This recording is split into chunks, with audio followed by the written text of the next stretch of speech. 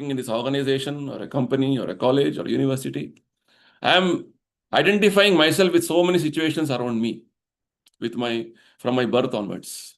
But actually, all these situations are constantly changing. Life after life, these various identities which we have is continuously changing, and it will only further complicate our lives. Right? So the point is, we have to understand that this eternal bearing of our situation is not that we go on changing our different situations here. Our eternal bearing is, as spirit soul, I am part and parcel of Krishna. This is exactly what Krishna mentions in Bhagavad Gita. Mamai vamsha jiva loke jiva bhuta sanatanaha. Means I am eternally part and parcel of Krishna. Very important understanding. Because my identity right now is this. I was something different. What about your previous life and so many other lives? All is like, we're playing drama, taking up different drama roles. These drama roles keeps changing. So these drama roles is, life after life, we are changing. Krishna is telling, what is this going on in your life? So let us understand that this drama has to end of a repeated cycle of birth and death and go to our eternal situation of being nice devotee of Krishna. That is our real situation. That is what our heart is hankering for. Our soul is looking for that, searching for that. Right? So purification means knowing that I am eternal servant of Krishna. But Lord Chaitanya has made it easy to become such a great soul. How? Simply by chanting Hare Krishna. Right? To come to this situation of purification of the heart, there are so many processes mentioned in the Vedas, given by your great sages. It's like you have to do tapasya, or go to Himalayas, go to some very, very remote place, then perform severe austerities, or understand the knowledge about what is this world around me. There are so many things mentioned. But in the present age called as Kali Yuga, it is not easy for all of us to take up all those processes. The Jnana Marga, or the Yoga Marga, or the Tapasya Marga, not easy. Wherever you are, Chaitanya Mahaprabhu said, you just chant Hare Krishna and you become realized soul. So how? Simply by chanting Hare Krishna mantra. This is Chaitanya Mahaprabhu, who is the incarnation of Lord Krishna in Kali Yuga. He has come to deliver all of us. We just chant Hare Krishna. That's all, enough. Therefore, at the end of this song, Narottam Das Thakur says, Aha Prabhu Nanda Sutta Vrishabhanu Sutta Juta Karuna Koroho Ye Baro. This is a Bengali song which we are discussing, the last few lines. My dear Lord Krishna, you are now present before me with your internal potency, your pleasure potency, Radharani. Please be merciful unto me. Don't neglect me because I am so sinful. My past life is so black, but don't neglect me. Please accept me. Don't kick me away. I surrender unto you. This is a prayer which this Acharya is making. He has explained about the futility of life, where there is no spiritual understanding in our life. And I request all of you to, Hare Krishna, I request all of you to Zoom connection, but it will not disturb the session. Okay, so here we can see how Lord is rather, the Acharya is telling us what should be our prayer. Lord Krishna has come as the holy name, sound incarnation. So, Hare Krishna mantra means, Hare means Radharani, energy of Krishna. And Krishna is Lord himself. So when you stand Hare Krishna mantra, we are addressing Krishna and his energy, potency, internal potency, Radharani. So the Hare Krishna mantra, the mood of chanting Hare Krishna is, we are praying, requesting to Krishna that I have been going on life after life, doing so many things, so many activities, and done a lot of sinful deeds in my life. My past life is very abominable. But somehow I've understood that I have to take your shelter. Please keep me under your shelter. Don't kick me away. Please engage me in your service. I am surrendering to you. It is a prayer. Right? So all of us should follow in the footsteps of Narottam Das Thakur. Very nice. So this is the way we're supposed to follow. Otherwise, we'll follow our minds and follow somebody who is not having any purpose in life. That will only will lead us to nowhere. It's like in the scriptures it is mentioned, blind leading the blind, all of them going and falling into a ditch. What is the use? The purificatory process is chanting Hare Krishna. So this process we have to take up. So every day, all of us systematically chant the fixed number of rounds. Let us begin with chanting at least 108 times Hare Krishna mantra. If you can do chanting on a beads on the mala, it is very nice. It is available in all our temples. In anywhere in Vrindavan, if you go, you will get this mala. 108 beads. If you can chant Hare Krishna mantra, it is going to you begin the process of purification, which is important for our human life. And as soon as our heart is purified, we will become completely convinced that Krishna is the Supreme Lord and that we are His eternal servants. Just see. The process has to begin. Just like when you start cleansing your house, what happens? All the different garbage in the house will get clean and use yourself see, oh, it is satisfying. Otherwise, garbage everywhere. The sense of the feeling what you get is, it is, you'll feel very down in your consciousness. Likewise, when our heart is cleansed, when all the unwanted things which are sitting in our heart, like lust, anger, greed is gone away, slowly, then you will see yourself that, you understand what you are actually. That is called purification. Then you'll understand I'm eternal servant of Krishna. My duty is to do this. Right now I'm misguided. I'm misled and doing so many things, which is actually not important for me at all, which is entangling me so much. Okay. So the conviction comes in our heart when you start chanting Hare Krishna about our real identity. That's the point. So we have forgotten this. We are serving, but instead of serving the Lord, we are serving our senses. What is happening now? Wherever the mind takes us, okay, let us do this, let us do that. We have become servant of our senses right now. So rather, we are supposed to become master of our senses. We have never become the master. We are not the masters of our senses. We are the servants of our senses. It is our position. Right? This is the situation right now. So Prabhupada explains this aspect known as master of the senses, servant of senses, as Go Dasa and Goswami. In Sanskrit, the word go means, one of the meaning is senses. Go also means cow, right? So go means senses. Go Dasa means I am servant of senses. Goswami means I am master of senses. You would have heard in Vrindavan, Mathura area. Goswami. Goswami means he has controlled his senses. He will use the senses as per the direction of Krishna in Bhagavad Gita. He will not simply use his senses the way he wants. That is called Godasa. He wants means senses is dictating you. Senses is driving you. That is called Godasa. Goswami means you are master of the senses. Right? So let us understand this, what Prabhupada want to tell us. How you can become Goswami and not Godasa. So why not become the servant of the Supreme Lord instead of remaining the servant of your senses? So Prabhupada is asking us, instead of serving your senses, you have been serving like this life after life. And what is the outcome? Neither you are satisfied, nor the people whom you are serving are satisfied. Prabhupada gives example of our father of the nation, Mahatma Gandhiji, who served the nation, who served all the whole citizens of our country. Whole life he has dedicated. But finally, the very people whom he served, they didn't like his service. They were disappointed. And Mahatma Gandhi himself was so disappointed. There's a history that he told after independence was obtained, and I am the most unhappy person on this earth. Yes, see, this is the nature of this material world. When you go on serving your senses or people whom you are connected with your senses, neither they are satisfied nor you are satisfied. Both are ending with frustration and disappointment.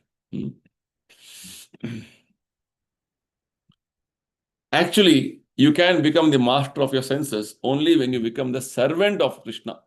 Otherwise, it is not possible. Right? So long you want to indulge in gratifying your senses, you become servant of them. But when you serve Krishna, you become the master of the senses. That is the point. This is a secret. Right? So all pure devotees, Prabhupada and all the great acharyas, they were serving only Krishna. And that way, the senses are mastered. Otherwise, left to themselves, senses are like venomous serpents. Krishna says in Bhagavad Gita. Either Godasa or Goswami, that is your choice. A person who is a servant of his senses is called Godasa, and a person who is the master of his senses is called Goswami. He controls his senses. Right? This is the way. So, whether you want to just go on indulging in gratifying your senses, do that, do this, we have seen how it's our own personal example also. You go on, you see, just go on indulging in satisfying your senses, you will never be satisfied. It's like fuel, the fire burning constantly, go on supplying fuel, what will happen? The fire will only further increase in intensity. It will not extinguish. So sense gratification means like that.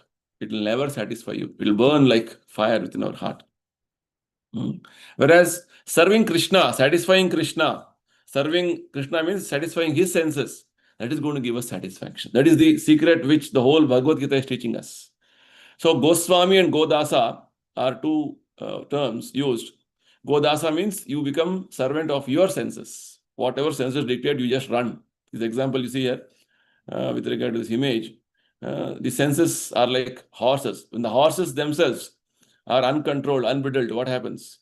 They will pull you here, there, and your journey in the body is very tumultuous. It is very, very unpleasant. Whereas if the horses are all controlled and it is properly, moving around in a very smooth way, what happens? Then the very senses whom you are, which are disturbing you will become very, very, cooperative, and you have a very smooth and pleasant journey. That's the point. So everything depends on we as a person, what we want to do with our senses. You want to indulge them in gratifying our senses, or you want to engage them in satisfying Krishna senses. So satisfying Krishna senses is called bhakti, prema. Satisfying our senses is called kama. Kama means lust. Lust is always going to disturb you, agitate you, and disappoint you. Whereas prema, love to Krishna, is always going to satisfy you. That is what our actual situation is.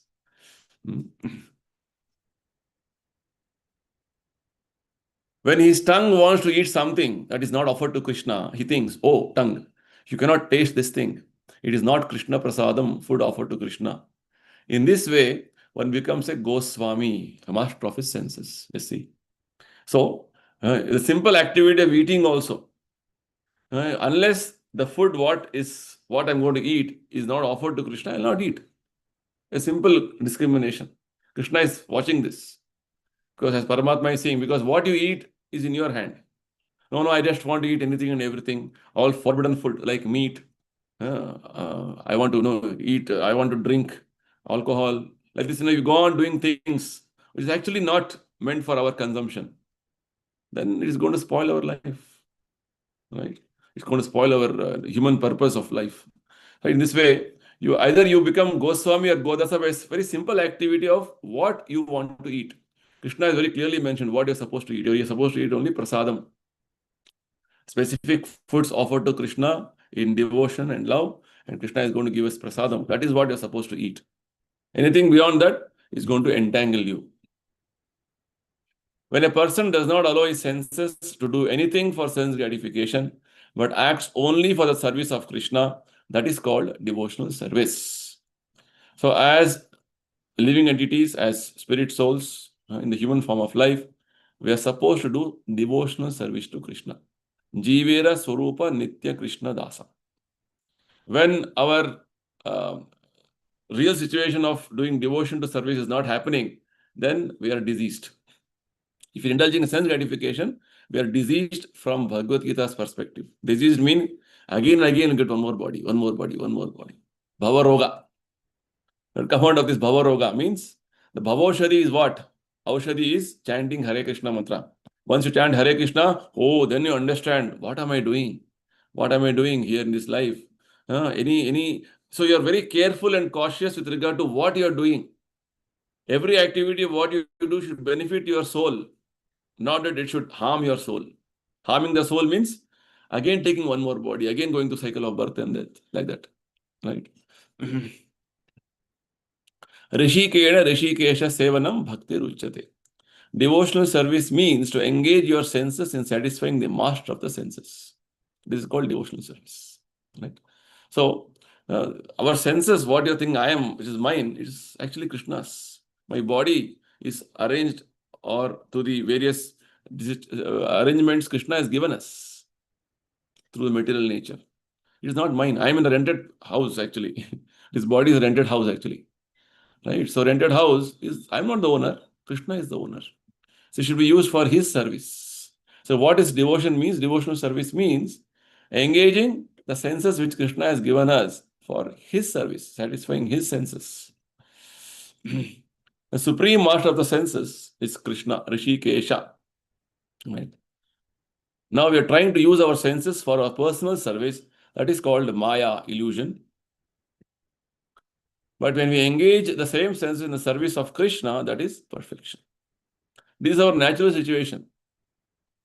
Anything else you do, no, it's only you are going to end up with frustration, disappointment. You may be going on in life for some time in an illusory way, but finally you will see this no satisfaction, no sense of peace of mind in your heart. Why? Because that actual aspect of what you are supposed to do as spirit soul is lacking. We don't stop the activities of the senses, but we purify the senses by engaging them in the service of the Lord. This is Krishna consciousness, right? So this is what all of us as human beings are supposed to be doing. Our senses will not stop. It will do some activity. But instead of doing nonsense activities, if you do a meaningful, purposeful activity of elevating your soul to spiritual platform, that is the perfection of life. That is the purpose of life. Right? That is called Krishna consciousness. So Prabhupada concludes his talk and generally asks for any questions. There are some questions which devotees asked, very interesting for our understanding. So one devotee asked the question, Srila Prabhupada, how is it that Lord Jesus is called the Son of God? If Krishna is usually the Son, how is Jesus? Because, Lord becomes the son of his devotee. So this devotee is asking, Jesus is called Son of God. How? So Prabhupada says, not usually. Krishna is the Supreme Father, but he becomes his devotee's son out of his love. You see. Lord is always supreme. He's called Supreme Father. Aham Bija Pradapita. But this Father, Lord Krishna, for his devotees, he takes up any role. This is a very important aspect in devotion. This is the only, in the Vaishnava Siddhanta, this aspect of God becoming your son, God becoming your friend, God becoming your, master or servant, God becoming your lover, is these aspects of relationship with God as a living entity is explained. In every other religion or philosophical understanding, people only know God as the master or God as the father. Just like in Christianity, they pray to God, oh my Father. Or in some other religions, they pray God as Supreme Master. It is the Vaishnava philosophy Siddhanta. It explains that God can go beyond this role of Father and Master to become your friend, to become your, he can become your son. He can become your lover. Right? This is the Vaishnava Siddhanta. Because God is so, is happy to take up a subordinate role. That's the point. So this wonderful philosophical aspect is explained by Prabhupada. He says, being a son is not Krishna's constitutional position. Being the father is his constitutional position. Krishna says in Bhagavad Gita, Aham Bija Pradapita. I am the seed-giving father of all different species of life.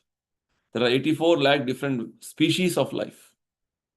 Right? Every species, whether it is bird, beast, tree, plant, insect, aquatic, everybody, every living entity, they are children of Krishna.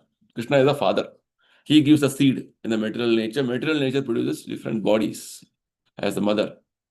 But sometimes he voluntarily becomes a son to taste his devotees' fatherly or motherly love for him. Krishna also want to experience.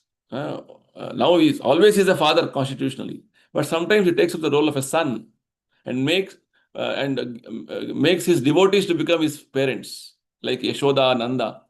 They acted as his parents, and he want to taste that relationship. It's called rasa, mellow, of how it is when I become a son and how my devotees, as parents, how they are caring for me, protecting for me. That's what Krishna want to experience. When a pure devotee prays, "My dear Lord, I want you for my son," Krishna accepts his prayer. Yes, see. Krishna is the Supreme Lord, Supreme Master. He takes the role of a son. Vasudeva and Devaki became Krishna's parents in this way. The Bhagavata explains, Vasudeva Devaki performed austerities for thousands of years. Why? Because they wanted to have Krishna, Lord Krishna, Supreme Lord Krishna, as their son. Right? Prabhupada explains further very nicely. So they prayed, they performed severe austerities. In previous life, they underwent severe austerities. As I told you, thousands of years they performed austerities without even eating anything. They were married, but they had no sex. They were determined that unless they could get the Lord as a son, they would not have a child. You see, that was the determination. So they performed severe austerities for many thousands of years. Then the Lord appeared to them and asked, "What do you want?"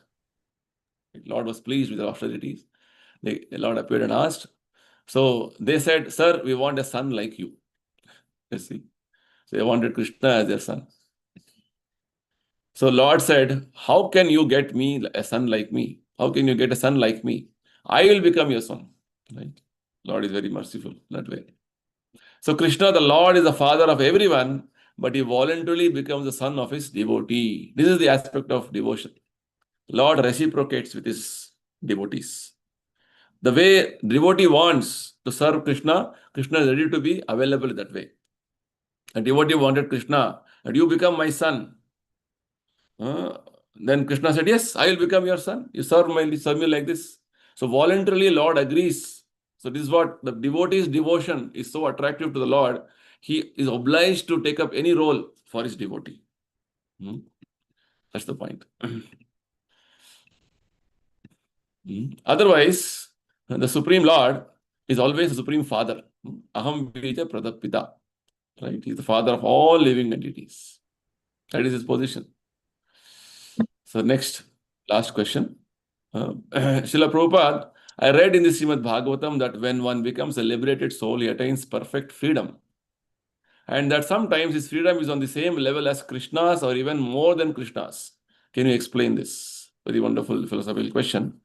Devotee is asking, when devotees go back to spiritual world, liberation, is that Krishna not treats them as subordinates. He treats them more than them. Krishna takes a subordinate position, and the devotee becomes superior to him. What is this? Please explain, is the question. So Prabhupada explains, yes, take Vasudeva for example. He is more than Krishna or Mother Yashoda. You have seen the picture of Yashoda binding Krishna? So Prabhupada gives practical examples from Krishna Lila. Krishna looks like a little baby. Right? In Yashoda, Krishna's Lila, Krishna looks like a little baby. Yes, the Supreme Personality of Godhead is feared by everyone, but he becomes fearful of Mother Yashoda. "My dear mother, kindly do not bind me. I shall obey your orders." It's a specific Leela of Damodara Leela, how when Krishna was performing his Leela as son of Yashoda, Nanda, he was very naughty. He used to steal butter and do all naughty aspects. So mother was very much fed up. What is this? My son is doing so many naughty aspects. Let me teach him a lesson. So in order to see that Krishna understands the seriousness of not being naughty, she wanted to bind him. And she first of all threatened Krishna by holding a stick. Right? The whole pastime of Damodara Leela happened. Krishna, who is who is afraid. Rather, everybody is afraid of Krishna. Even fear personified is afraid of Krishna. Daya, Daya also is afraid of Krishna. Whereas Yashoda, who is mother of Lord Krishna, she is making Krishna to be fearful. Just see. Seeing Krishna, everybody is afraid. Even, it is said in the scriptures, Bhagavata says, the wind is blowing, rain, the Indra is afraid of Krishna and he's showering rains. The Vayu, demigod, the wind is blowing because of fear of Krishna. Sun is rising because Krishna is going to, chastise me. So he is rising on time and setting on time. All the various various activities, what we see, are all happening different activities timely because of Krishna, out of fear of Krishna, because Krishna is supreme controller, supreme master. That Krishna, who is feared even by fear personified, he is afraid of his mother Yashoda. That is the whole pastime. How Krishna gave the position of a superiority to his own devotee. So Mother Yashoda has become more than God, more than Krishna. Point. The Mayavadi, impersonalistic philosophers want to become one with the Lord, but our philosophy is to become more than Krishna. See, there's a class of transcendentalists, spiritualists known as Mayavadis. Mayavadi means finally Krishna is now having a form, but he becomes impersonal and has no form, and all of us can become like Krishna or impersonal finally. It is called Mayavada. Mayavada means Krishna, when he comes, he takes a form like us. This form in the material world is actually Maya. Maya means it is not factual. It is just given to us for time being. My real form is spiritual, right? Whereas they consider Krishna also to be like us. That is called Mayavada. So it is wrong philosophy, not a proper philosophy. This is what Prabhupada and all the acharyas, Chaitanya Mahaprabhu himself came to tell people how people want to become like God. That is wrong philosophy. We can never become God. We're always part and parcel of God. We are subservient to God. We are subordinate. We are supposed to always serve God. That is our position eternally. We are Amsha. Krishna is whole. We are part. So Mayavada means we also become God one day. That is called Mayavada, which means it's a theory of illusion. Simply assuming that, I become God someday. That can never happen. That will not happen. And that desiring like that also is not proper. So these Mayavadis think that sometimes I can become one with God. But the Vaishnava philosophy, acharyas which give us, Siddhanta is that Krishna is making a devotee more than him. Why becoming one with him? Right? That is what Prabhupada is trying to tell us. Why one with Krishna? More than Krishna. And actually, Krishna does make his devotee more than himself. You see, that is Krishna's special, mercy. Another example is Arjuna. Krishna took the part of his chariot driver. One more example Prabhupada is giving. How you see on the battlefield, Bhagavad Gita cover, you see, Krishna has taken this subordinate role. Just like when you have your car or a vehicle, you keep a driver. Driver is a servant, a subordinate to you. It's like Krishna took the role of a driver, driver. Huh? Krishna was actually the hero of the battle of Kurukshetra, but he gave that position to his devotee. Arjuna, you become the hero, I shall become your charioteer. Just see. That is what Krishna took up the role of as a chariot driver. He took up the role of as a friend, as a chariot driver. Subordinate role Krishna wanted to take. Krishna is just like a father who wants to see his son become more than himself. This is how Krishna is. Krishna wants to see that his children should become more than him. He takes in it. If the father has an MA, he wants to see his son get a PhD, then the father is satisfied. It's like ordinarily in our understanding also. Father has a MA degree, right? Then he sees that my son should become more than me. Just taking up the role of just becoming less educated than me, the father is not happy. He wants to be more than him.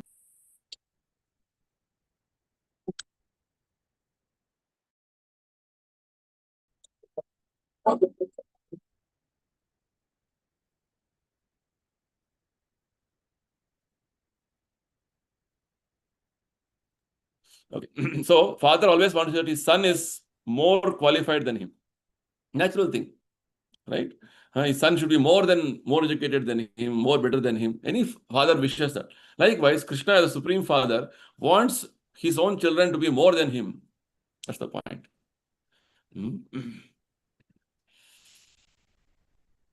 He will not tolerate an outsider's becoming more than him, but he is glad if his son becomes more than him. Right? This is a natural aspect in any parent. Similarly, Krishna, the Supreme Lord, wants to see his devotee become more than himself. That is his pleasure. Lord always wants to glorify his devotees. That is Krishna's special feature. So with this, we conclude this topic, which we were discussing since last 2 weeks. And we'll open the forum for any questions, comments, and discussions. Hare Krishna.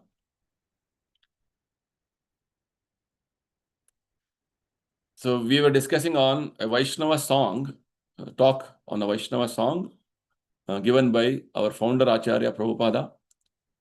This Vaishnava song is written by our Acharya by name Narottam Das Thakura. A very wonderful song. I request or recommend all of you to see this song or hear this song, understand this song.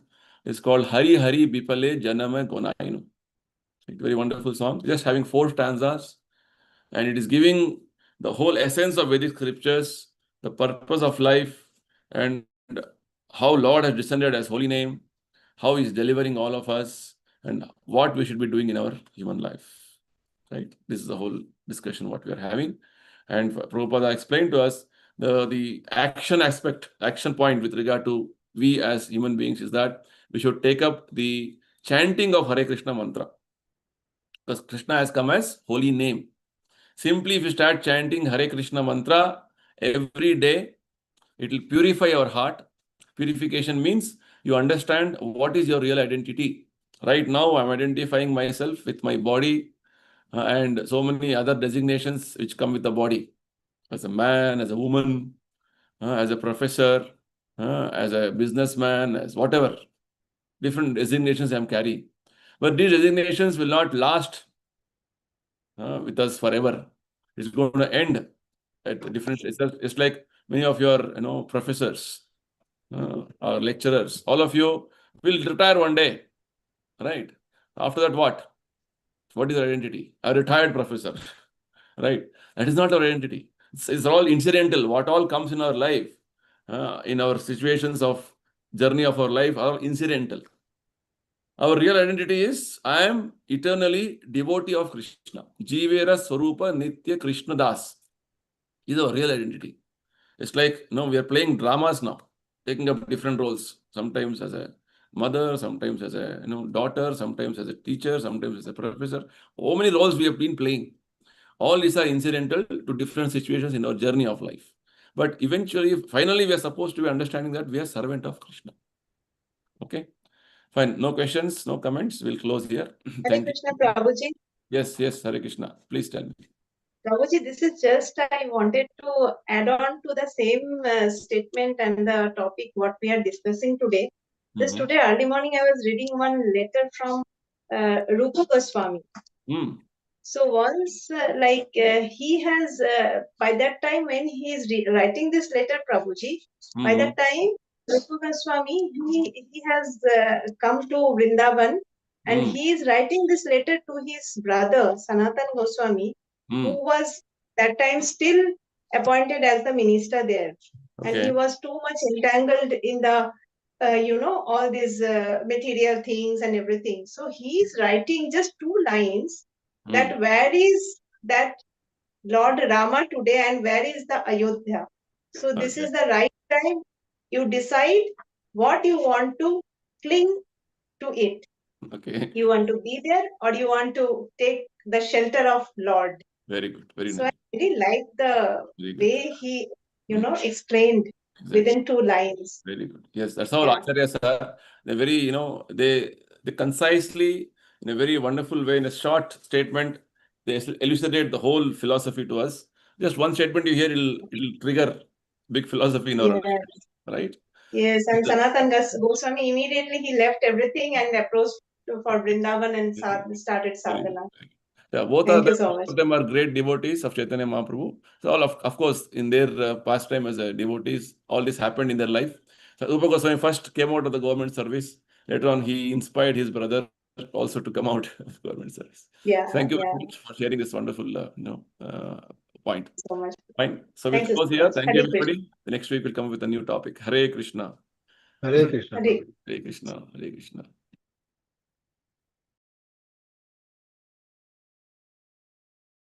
Hare Krishna.